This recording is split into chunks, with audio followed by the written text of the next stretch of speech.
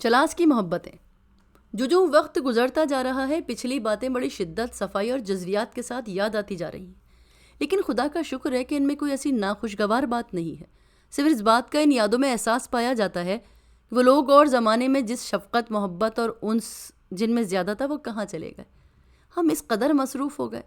اس سے ہماری کوئی خرابی نہیں ہے، بلکہ سارا چکر مصروفیت کا ہے۔ ہماری مصروفیت کا عالم ایسا ہے کہ ہم ان شفقتوں سے کٹ گئے، وہ محبتیں جو خدا نے ہمیں عطا کی۔ میں دیکھتا ہوں کہ شقیق قلب جو انہوں نے کتاب سے پڑھ کر شفقت حاصل نہیں کی یا کسی سے سیکھ کر محبت کا علم حاصل نہیں کیا، اللہ نے دل ہی ایسے بنائے تھے، ان کے اندر محبت اور شفقت بھری ہوئی تھی۔ وہ جو بھی کام کرتے تھے ان لوگوں کے لیے بے شمار آسانیاں ہوتی تھیں۔ بہت دیر کی بات ہے، ہماری ایک سوسائٹی تھی جو کافی دیر تک چلتی رہی، اس کا نام تھا چھڈ یار۔ ہم اس میں 7 ممبر تھے۔ پہلے میں شامل افراد صرف ریڈیو سے تھے، پھر ٹیلی ویژن سے بھی آ گئے۔ اب اس سوسائٹی کے چیئرمین جو تھے وہ ممتاز مفتی صاحب تھے، جبکہ ہمارے لیڈر عمر بکری تھے۔ اس چھوٹی سی انجمن کا نام ہم نے چھڈ یار یہ سوچ کر رکھا تھا کہ دفع کرو دنیا کے جھگڑے، چھڈ یار ان کو اور اٹھ کھڑے ہو، نکل پڑو، کیونکہ یہ تو زندگی کے ساتھ چمٹے رہیں گے۔ چنانچہ ایک تاریخ مقرر کر دی گئی، اس میں چھڈ یار کا لیڈر اعلان کرتا کہ جی چھڈ یار جو ہے 13 تاریخ کو 8 یار میں تبدیل ہو جانا ہے۔ اس مقررہ تاریخ کو ہم اپنے سلیپنگ بیگز اور اپنے ساتھ مکھن، سیب، ڈبل روٹی وغیرہ اٹھا کے نکل پڑتے، اور ہماری منزل ناران کاغان ناردن ایریاز شمالی جات ہوتے تھے۔ وہ دنیا کا خوبصورت ترین علاقہ ہے۔ یہ بات میں اس لیے نہیں کہتا کہ میں پاکستانی ہوں، بلکہ میں اس سے زیادہ خوبصورت علاقے میں نے امریکہ اور انگلستان میں بھی نہیں دیکھے۔ خدا جانے کس طرح سے ان حسین وادیوں کو اللہ نے ترتیب دیا ہے۔ ایک طرف راکا پوشی پہاڑ سینہ تانے کھڑا ہے، دوسری طرف ناگا پربت کھڑا ہے۔ اور ایک بار جب ہم ان علاقوں میں گئے اور ایک جگہ چائے پینے کے لیے رکے، 250 جرمن مرد اور عورتیں اور ان کے بچے چارپائیاں کرائے پہ لے کر بیٹھے تھے، کسی سے بات نہیں کرتے، بس ان کو بتائے کہ ناگا پربت دیکھنے آئے اور وہ اس کا حسن دیکھتے تھے۔ اب وہ کیا کرتے تھے کہ نہ کھاتے نہ پیتے، بس لیٹے چائے پی اور خدا کی قدرت کا نظارہ کرتے رہے۔ میں یہ سوچتا تھا خدا ہمیں یہ توفیق فرمائے کہ ہم اپنی چیزوں کو پسند کریں، ان کے قریب آ سکیں۔ ہم تو شاہراہ ریشم پہ چل رہے ہیں۔ بہرحال ہم چل رہے تھے، شام 5-6 بجے کے قریب ہمیں چلاس پہنچنا تھا۔ چلاس ایک پہاڑی علاقہ ہے اور کافی اونچائی پر ہے، اور ایک خوبصورت علاقہ ہے۔ اس کے پہاڑوں کے شگافوں میں ایک سیاہ رنگ کی دوائی ہے سلاجید جو پیدا ہوتی ہے، بڑی قیمتی ہوتی ہے۔ ہمارے لیڈر نے وہاں رکنے کا بندوبست کیا، وہاں ایک اسکول ماسٹر کے گھر پہ ہمارے ٹھہرنے کا انتظام ہوا۔ جب ہم وہاں پہنچے تو شام 5 کے بجائے رات کے 10 بج گئے۔ اب اس دیر کی بابت سب نے فیصلہ کیا کہ اتنی رات کو کسی کے گھر جانا برا لگتا ہے۔ ایک صاف سے پہاڑ پر جس کے اوپر ایک عدد سرکاری بتی تھی، ہم نے بسترے کھولے اور بتی کے نیچے بیٹھ گئے۔ مزیدار ہوا چل رہی تھی، قریبی پانی کا ایک نل تھا جو بہت کسی خوشگوار چشمے کے ساتھ وابستہ تھا۔ ہم وہاں بیٹھے باتیں کر رہے تھے کہ اچانک خوفناک طوفان چلنے لگا۔ تیز ہوا کے اس طوفان سے عجیب طرح کا ڈر لگ رہا تھا۔ اس تیز ہوا کے سبب ریت بھی اڑنے لگی۔ جن لوگوں نے چلاس دیکھا ہے انہیں پتا ہوگا کہ وہاں اگر تقریباً 2 کلومیٹر کا فاصلہ طے کریں تو ریگستان شروع ہو جاتا ہے، اور پہاڑوں پر چلتے ہوئے اگر حد نگاہ تک آپ ریت دیکھ کر عقل دنگ رہتی ہے۔ اب اس طوفان کے ساتھ تیز بارش ہونے لگی، اولے پڑنے لگے۔ اب ہمارے پاس کوئی پروٹیکشن کی جگہ تو تھی نہیں۔ اس موقع پر ہمارے لیڈر عمر بکری نے کہا مرحوم کہ بھئی ماسٹر صاحب کے گھر چلے ہی چلتے ہیں۔ بہرحال ہم نے اس اندھیرے اور طوفان میں ماسٹر صاحب کا گھر تلاش کیا۔ جب پہنچے تو وہ کھڑے انتظار کر رہے تھے اور پریشان تھے۔ انہوں نے بتایا کہ وہ کسی کے سویم پہ گئے تھے، مگر وہ اپنی بیوی کو اشارہ دے کر گئے تھے کہ میرے دوست آئیں گے۔ اب ان ماسٹر صاحب کی وائف جو تھی بیوی، وہ بھی اسکول ٹیچر تھی۔ ہم بیٹھے باتیں کر رہے تھے تو اس سخت باد و بارہ میں ایک 10-12 سال کا لڑکا جس کا نام عبدالحمید تھا بیساکھیاں ٹیکتا ہوا آیا۔ وہ بیچارہ ایک ٹانگ سے معذور تھا۔ اس نے دروازہ کھٹکھٹایا۔ استانی صاحبہ نے دروازہ کھولا۔ اس نے کہا میرے ابا جی نے کہا ہے ماسٹر صاحب قریب کے گاؤں میں گئے ہیں، آپا جی کی خبر لے کر آ جا، ٹھیک ٹھاک ہے، نہیں کوئی مسئلہ تو نہیں ہو گیا۔ اب بارش اور تیز ہو گئی، ژالہ باری بھی تیز ہو گئی۔ وہ لڑکا ڈر گیا، کہنے لگا آپا جی آپ کو ڈر لگتا ہے تو میں درمیان میں میں بیچ میں کود پڑا۔ میں نے کہا نہیں ڈرنے کی کیا بات ہے، تو موسم ہی ہے۔ آپا جی کہنے گے ہاں بیٹے مجھے بڑا ڈر لگ رہا ہے، میں ڈرتی بہت ہوں، لیکن جب گھر میں مرد ہوں تو پھر ڈر نہیں لگتا۔ شاید اس وقت عورتوں میں تحریک نسواں نہیں چلی تھی اور مردوں اور عورتوں کے تعلقات اچھے تھے۔ اب میں شرمندہ سا ہو گیا ان کی بات سن کے کہ میں نے کیا بات کر دی۔ مطلب اب میں محسوس کر رہا ہوں کہ آپا جی نے اس لڑکے کو پوری شخصیت ادا کر دی۔ وہ تگڑا ہو کے کھڑا ہو گیا۔ آپا جی میں اب چلتا ہوں اور ابا جی کو بتاتا ہوں کہ وہ خیریت سے ہیں اور ان کے گھر مہمان بھی ہیں۔ تو خواتین و حضرات جی چاہتا ہے کہ کاش میرا دل بھی ایک دن یا ایک ہفتے کے لیے ویسا ہو جائے جیسے آپا جی کا تھا، لیکن نہیں ہوتا۔ میں زور لگا کر زبردستی شرافت اختیار کر سکتا ہوں، لیکن جو پیدائش اور جبلی شرافت میرے پاس نہیں ہے، کیا کروں؟ جب ہم اگلے دن سفر کر رہے تھے تو میں اپنے بچپن کے بارے میں سوچ رہا تھا۔ جب میں 5-6 برس کا تھا میری ماں نے اپنی سہیلیوں کی دعوت رکھی. یہ غالباً 1930 کی بات ہے. میری ماں نے اپنی سہیلیوں کے لیے مراد آباد کے برتنوں میں کھانا بنایا, پھول لگائے. میں نے اپنی ماں کا اہتمام دیکھا تو میں نے سوچا میں بھی حصہ بٹاتا ہوں.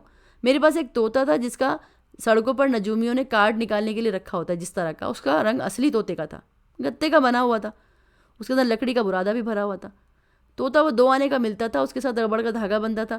میں نے وہ طوطا وہاں لا کے رکھا جہاں ماں نے تزئین و آرائش کی ہوئی تھی. کھانے کا انتظام تھا, مگر شاید آج کی سمجھدار مائیں ہوتی تو اس بھدے سے طوطے کو اٹھا کے پھینکتی کہ کیا بدتمیزی کر رہے ہو. میری ماں زیادہ پڑھی لکھی نہیں تھی, بس وہ ماں تھی. اسے مامتا کے سوا تو کچھ آتا ہی نہیں تھا. انہوں نے ایک رکابی کو اوندھا کیا, اس کے اوپر طوطا رکھ دیا. جب سہیلیاں آئیں تو انہیں بتانے لگیں کہ بھائی یہ طوطا اشفاق کا ہے جو اس نے خوبصورتی میں اضافہ کرنے کے لیے رکھا ہے. ان کی سہیلیوں نے بڑی دل کھول کے تعریف کی.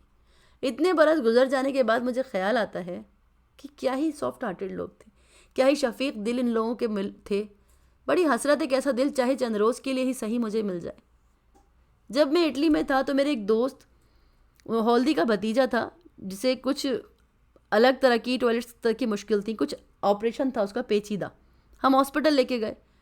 میرے ان کی فیملی کے ساتھ اچھے فرینڈشپ اور گہرے تعلقات تھے. وہ لڑکا کہنے کا کہ جناب یہ صاحب بھی جائیں گے, اشفاق صاحب بھی جائیں گے. اس لڑکے کے پاس ایک بھالو تھا جو اس نے پکڑا تھا. اس کا باپ کہنے لگا کہ یہ اس بھالو کو چھوڑتا نہیں ہے, میں جس طریقے سے الگ کرتا ہوں بڑی کوشش کرتا رہا.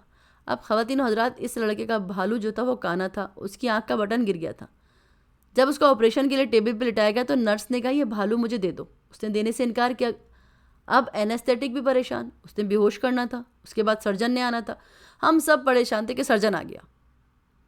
اس نے دیکھتے ہی صورتحال کو بھانپا اور بولا ارے اتنا خوبصورت اور اچھا بھالو بھی ہے. نرس نے کہا سر یہ اس بھالو کو چھوڑ نہیں رہا. سرجن نے کہا نہیں یہ تو اس کے ساتھ رہے گا, ابھی اس کی بھالو کی آنکھ کا تو آپریشن ہونا ہے نا. یہ لڑکا سنتے ہی خوشی سے بے حال ہو گیا. اس نے سرجن سے پوچھا کہ کیا میرے بھالو کی آنکھ کا آپریشن ہوگا اور یہ ٹھیک ہو جائے گا. سرجن نے کہا بالکل. تو جب اس لڑکے کا آپریشن جاری تھا تو ایک شخص کی ڈیوٹی لگائی گئی کہ اس بھالو کی جو آنکھ نہیں ہے اسے بازار سے لگوا کے آئے. دیکھیے یہ معمولی سی باتیں ہیں لیکن کے اثرات دیر پر مستحکم اور گہرے ہوتے ہیں. ایک طرف بچے کا آپریشن ہوتا رہا, دوسری طرف اس کے محبوب بھالو کی آنکھ لگوائی گئی. بچے کے ہوش میں آنے سے پہلے وہیں رکھا گیا جہاں سے اٹھوایا گیا اور اس کی آنکھ پر ایک نئی خوبصورت سے پٹی باندھ دی گئی. وہ اس خوبصورتی سے باندھی تھی کہ میں نے اپنی زندگی میں کسی زندہ انسان کو بھی ایسی پٹی بندھی نہیں دیکھی. جب وہ ہوش میں آیا تو پٹی کو دیکھ کے کہنے لگا کہ اس بھالو کو کیا ہوا. صاف کہنے لگا کیا مطلب. بچے نے کہا اس کی پٹی کیوں بندھی ہے.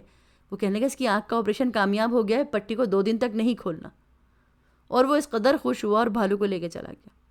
اس سرجن کا نقشہ میری آنکھوں کے سامنے آج بھی ہے.